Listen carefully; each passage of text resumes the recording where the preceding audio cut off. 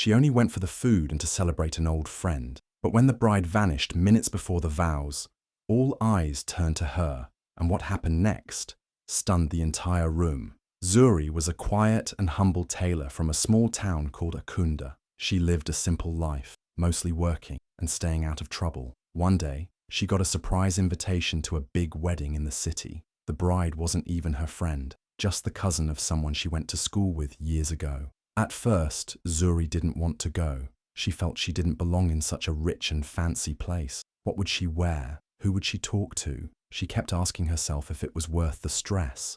But after thinking for a while, she decided to go. Not to impress anyone, but just to eat good food, see old faces, and return home quietly. She didn't have anything glamorous to wear, so she picked one of her own creations. A simple but beautiful dress she made with her own hands. It wasn't flashy or expensive, but it fit her perfectly and showed her quiet elegance. With small earrings and her natural beauty, she looked calm and graceful, even if she didn't feel that way inside. As she entered the wedding hall, full of lights, decorations, and important-looking guests, she quietly found a corner and sat down, hoping no one would notice her. She had no idea her life was about to change completely. She had come just to celebrate someone else's love story, not knowing she would become the center of it. The wedding was like something out of a movie. Beautiful flowers everywhere, golden chairs, soft music playing, and guests in the most expensive clothes. Everywhere Zuri looked, people were wearing designer outfits, heels that clicked on the marble floor, and jewelry that sparkled like stars. She held her small purse close and stayed quiet, trying not to draw attention. Her handmade dress was nice, but simple. Compared to everyone else, she felt small, like she didn't belong. Still, she smiled politely and kept her eyes on the food table, hoping the ceremony would start soon so she could eat and leave. But suddenly, something strange started happening. Guests began whispering, some standing up and looking around. Zuri saw the groom, Dimeji, walking quickly back and forth near the altar, his face full of worry. He kept checking his watch, then his phone, then talking in a low, angry voice to his best man. The smiles were fading from people's faces. The music had stopped, and someone near Zuri whispered, "The bride is missing." Her heart jumped. Missing? How could the bride be missing on her wedding day? Soon, the whispers turned into full panic. The bride, Said, hadn't been seen since early that morning. Her phone wasn't going through. The makeup artist said she had done her face, but then she walked out and never came back. Now, hours had passed, and no one knew where she was. Dimeji's mother, Madame Ereti, looked furious. She kept whispering sharply to people and waving her hand in anger. The groom's family was powerful and well known in the city, and this wedding was supposed to be the biggest of the year. But now, everyone was talking and pointing, asking, "Where is the bride?" Zuri sat frozen in her chair, not knowing that the eyes of fate were already turning toward her. The wedding hall was filled with tension. Guests were murmuring, some already standing up, others checking their phones and shaking their heads. Everyone was asking the same question, "Where is the bride?" The clock kept ticking, but there was still no sign of Saidi. Dimeji, the groom, looked more and more frustrated, and his powerful mother, Madame Ireti, was trying hard to keep everything from falling apart.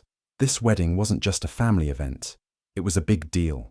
Important people were present, and the media was already outside. The embarrassment was growing, and people were beginning to whisper not just about the missing bride, but about the shame this could bring to the family. Madame Ireti stood in the middle of the chaos, her eyes scanning the room. She looked at the guests, family, friends, business partners, all waiting and confused. Then suddenly, her eyes landed on someone unexpected. Sitting quietly near the back was Zuri. She wasn't talking. She wasn't panicking. She just sat there, calm and respectful, her simple gown glowing softly under the light. There was something about her posture, her gentle smile, her grace, that made Madame Ireti stop and stare for a moment. Then, in a moment of desperation, Madame Ireti said something no one expected. "Why don't you take her place?" she said out loud, pointing at Zuri. At first, people didn't understand. Take whose place? But then, as her words sank in, heads turned. Someone laughed nervously, thinking it was a joke. "Are you serious?" someone asked. Madame Ireti didn't smile. "I am," she said. "We need to save this day. That girl, she looks decent, Quiet, clean. She can stand in for Sade, at least for now. Zuri's heart stopped. She blinked fast, unsure if she had heard correctly. Her hands began to shake slightly. Take the place of a bride she didn't even know. Marry a man she had never met. This couldn't be real. But Madame Areti was walking toward her now. People staring, whispering, some even gasping. You! What's your name? The woman asked. Zuri, she answered in a low voice. Zuri, help us. Just for today, Madame Areti said, voice firm but desperate. Zuri didn't move. She was frozen in her chair, caught between fear and shock as everyone around waited to see what would happen next. Zuri couldn't believe what she had just heard. Her hands were cold, and her heart was beating so fast it almost hurt. She stood up quickly, trying to walk away from the hall, but before she could reach the door, someone gently stopped her. It was the groom, Dimeji. His eyes looked tired, full of sadness and confusion. He didn't look like the proud groom everyone expected to see. Instead, he looked broken and desperate. Please, he said soft, pulling her aside where no one could hear them. I know this is crazy. I know we don't know each other, but I can't let my whole family suffer this shame today. Zuri looked at him, still silent. She didn't know what to say. Everything felt like a dream. You don't have to be my wife forever, Dimeji continued. Just today. Just help me get through this ceremony. By tomorrow morning you'll be free.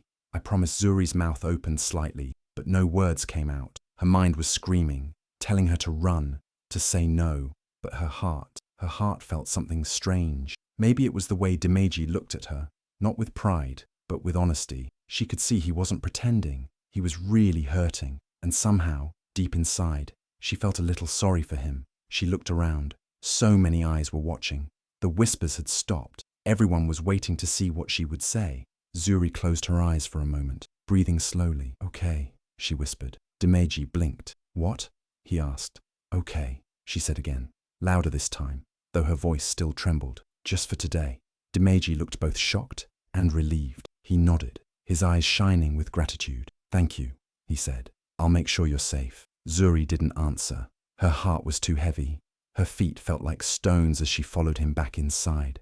Deep down, she didn't understand why she had agreed, but something inside her told her this day was about to change everything in her life, forever. The wedding ceremony continued. Even though everyone knew something was not right, people whispered to each other, turning their heads as Zuri walked into the hall, wearing the bride's gown. It wasn't a perfect fit. The gown had been quickly adjusted to suit her size, and a few pins were still holding it in place. But somehow, Zuri looked beautiful, not because of the dress, but because of the calm strength in her eyes. Dimeji stood by the altar, trying to stay composed. He glanced at Zuri and gave her a small nod, as if to say, "We can do this." Zuri nodded back, though her hands were shaking. She could feel everyone's eyes on her, the guests, the family, the media, all staring, wondering who she was and why she was standing in the bride's place. But she didn't run. She took a deep breath and stood tall beside Dimeji. The priest began the vows. His voice echoed through the hall. Zuri listened carefully, repeating each line with a soft voice. Her heart pounded with every word. These were not her vows. This was not her wedding. But when she looked into Dimeji's eyes, something shifted. For a moment, everything else faded away. She didn't see the crowd or the flashing cameras. She just saw him, a man who, just like her, was caught in a moment bigger than both of them. Dimeji spoke his vows next. His voice cracked slightly as he looked at Zuri. His words were meant for someone else, but his eyes said something new. It wasn't just about saving face anymore. Something real was happening, something unexpected. Zuri felt it too. It was like a quiet pull inside her chest, confusing but warm. The guests watched in silence, surprised by how natural they looked together. A few even began to wonder if this strange match was truly by accident or fate. When the priest finally said, "You may kiss the bride," there was a pause. Dimeji looked at Zuri. He didn't move too fast. He waited. She gave a small nod, barely noticeable, and he kissed her forehead gently, not out of love or show, but out of respect. The room clapped. The cameras flashed again. But Zuri's heart was quiet now. She had spoken vows, meant for someone else, but the feeling in her chest told her this story wasn't ending. It was only just beginning. After the wedding ended and the guests slowly left, Zuri expected everything to feel like a dream, but instead, she felt heavy, not with regret, but with questions. She didn't know what came next. She was married to a man she didn't know. She had worn a gown that wasn't hers, and now she was sitting in the back seat of a car beside him, completely silent. Dimeji wasn't driving her to his family house or to a hotel suite prepared for a new couple. Instead, he quietly asked the driver to take them to a small private guest house just outside town. The room was simple. 2 chairs, a bed, a small table, nothing romantic. Zuri stood near the window, unsure what to say. Dimeji sat down and removed his jacket, looking more tired than angry now. For a few moments, the silence filled the space. No one said a word. It was only when he finally sighed and looked up at her that the truth began to come out. "I'm sorry," he said softly. "This wasn't supposed to happen. None of it." Zuri turned to him, still quiet. He continued, "My family, they don't care about love. They care about appearances, reputation, business connections. Said and I were never in love. We were 2 people trying to please everyone else." He looked at his wedding ring, then back at Zuri. "When I saw you, standing there, calm, kind, different, I don't know what came over me. You reminded me of peace, of honesty, something I haven't had in a long time." Zuri finally sat down across from him. She didn't interrupt. She just listened. Her eyes didn't judge him, and that made him speak more. "I know we're strangers," Dimeji said, "and I don't expect anything from you. I just want to be honest tonight. No games, no expectations, just truth." Zuri nodded. "Okay," she said simply. They talked for hours, not loudly, not like lovers, but like 2 people who had been thrown into something strange and didn't want to pretend anymore. Zuri told him about her little shop, about how she raised her younger siblings after her parents died, about how she almost didn't come to the wedding. He smiled. "I'm glad you came." That night, they didn't sleep in the same bed. Zuri took the couch. Dimeji took the bed. There was no touch, no kiss, no romance. But somehow, that night felt more real than the whole wedding. 2 strangers, quietly sharing their truths, wrapped in gold rings neither of them had planned for. The next morning started like a slow storm. Zuri was up early, folding the borrowed clothes and getting ready to leave. She didn't expect breakfast or goodbyes. She just wanted to return to her small, quiet life. The wedding was supposed to be fake, temporary, just one strange day to save a family's name. But as she stepped out of the guest house room, she saw a black car parked outside and a woman crying by the door. It was Said. She looked tired, her makeup from the night before still on her face, but now ruined with tears. Her voice shook as she cried, "I made a mistake. I panicked, but I still love him. I want him back." She kept saying she was confused, that she ran because the pressure was too much, but she never wanted to lose Dimeji. The family members began to arrive in a rush. The elders, the mother, the aunties. Their faces were full of anger, shame, and frustration. "We need to fix this fast," one said. "Let's get the marriage annulled before it spreads in the news. We can correct this quietly." Everyone agreed. To them, Zuri was just a temporary solution, a bandage. Now that the real bride was back, she could be erased like she never mattered. Zuri stood aside, holding her bag, ready to leave without drama. She had done her part. She had no anger, just a deep sadness sitting in her chest. But just as she turned to go, Dimeji looked at her, not a quick glance, but a deep, searching look. He didn't say a word yet, but something in his eyes made her stop walking. It wasn't confusion, it wasn't guilt, it was something warmer, something harder to explain. In that moment, Zuri felt it. He wasn't so sure anymore. He wasn't looking at Sade, he was looking at her, and suddenly, the line between duty and choice didn't seem so clear. Zuri clutched her bag tighter. Her heart was beating fast. Everyone was talking, arguing, planning, but in the middle of it, there was a quiet pull between 2 people who weren't supposed to meet, but did. And in that moment, she knew the story wasn't over, not yet. News about the wedding spread like wildfire. The moment the story got out, social media exploded with gossip and jokes. Headlines screamed, "Runaway bride replaced by tailor guest." People everywhere shared pictures of Zuri in that hurriedly altered gown, making fun of her simple look compared to the lavish event. Many called her a fake, saying she had no right to stand there as a bride. Comments flooded in, some cruel, some mocking, and others doubting how she even got involved. Zuri, who had always lived a quiet life, suddenly found herself at the center of a storm she never wanted. She saw the messages, the memes, the videos. Some people called her brave, but many more were harsh. It felt like the whole world was judging her. Her phone wouldn't stop buzzing. Friends told her to ignore the hate, but it was hard. She wondered if she had made a mistake agreeing to be part of something so big, so public. She felt small and alone, wondering if she should just disappear back into her simple life as a tailor in a kunda. Then, something no one expected happened. Dimeji, the groom, stepped into the spotlight. He gave an interview that shocked everyone. Instead of joining the mockery, he said, "You don't know the full story, but I do, and I won't let you insult her." His voice was firm and serious. He spoke about Zuri's kindness, her courage, and how she helped him when he was lost and scared. He told the world she was more than just a stranger in a wedding dress. She was a person with a story and a heart. People were surprised. Dimeji's words changed the conversation. Suddenly, some of the same people who laughed began to listen. They started to see Zuri differently, not just as a joke, but as someone who deserved respect. Even Madame Iretti, Dimeji's proud and strict mother, couldn't hide her surprise. Slowly, the rumors started to quiet down. The story was no longer just about a runaway bride and a random guest. It was about a quiet woman who stepped into chaos and didn't back down.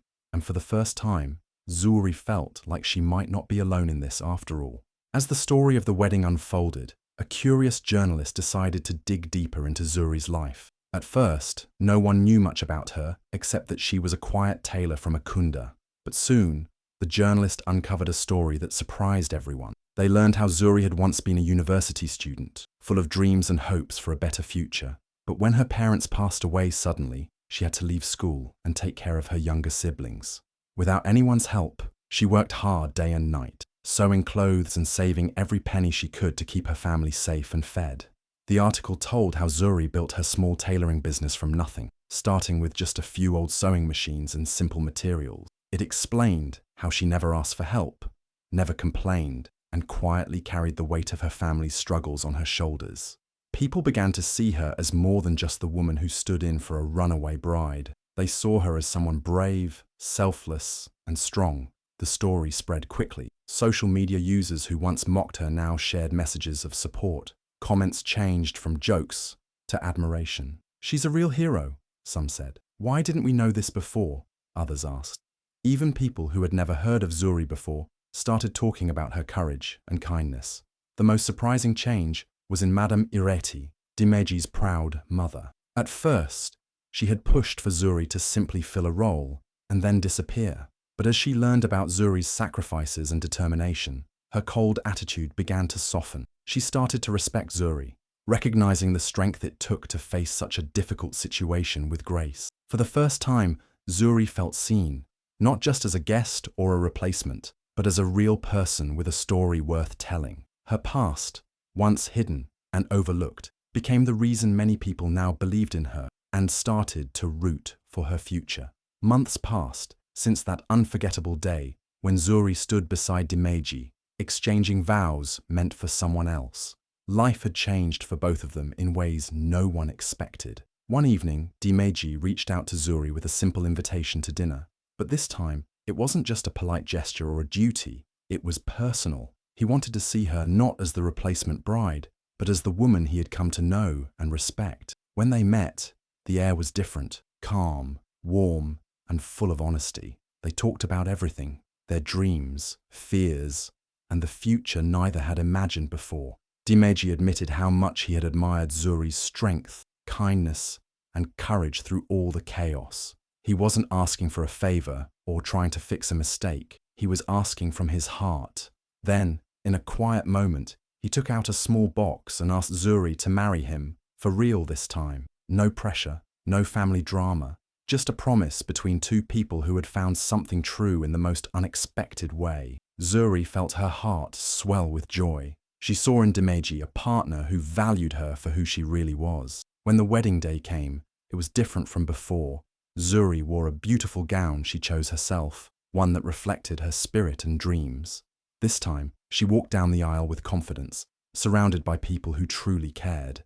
The vows they exchanged were theirs alone, full of love and hope. This wedding was not just a celebration, it was a new beginning, a story of courage, honesty, and a love that grew from chaos into something real. For Zuri and Dimeji, it was a wedding that was meant to be, on their own terms, in their own time, and with hearts fully open. If you loved this story, don't keep it to yourself. Share it with your friends and family, and hit that like button if you believe true love can come from the most unexpected places. Want more unforgettable tale? Subscribe now and turn on notifications so you never miss a moment of drama, hope, and heart. What would you do if you were asked to step in like Zuri? Let me know in the comments below.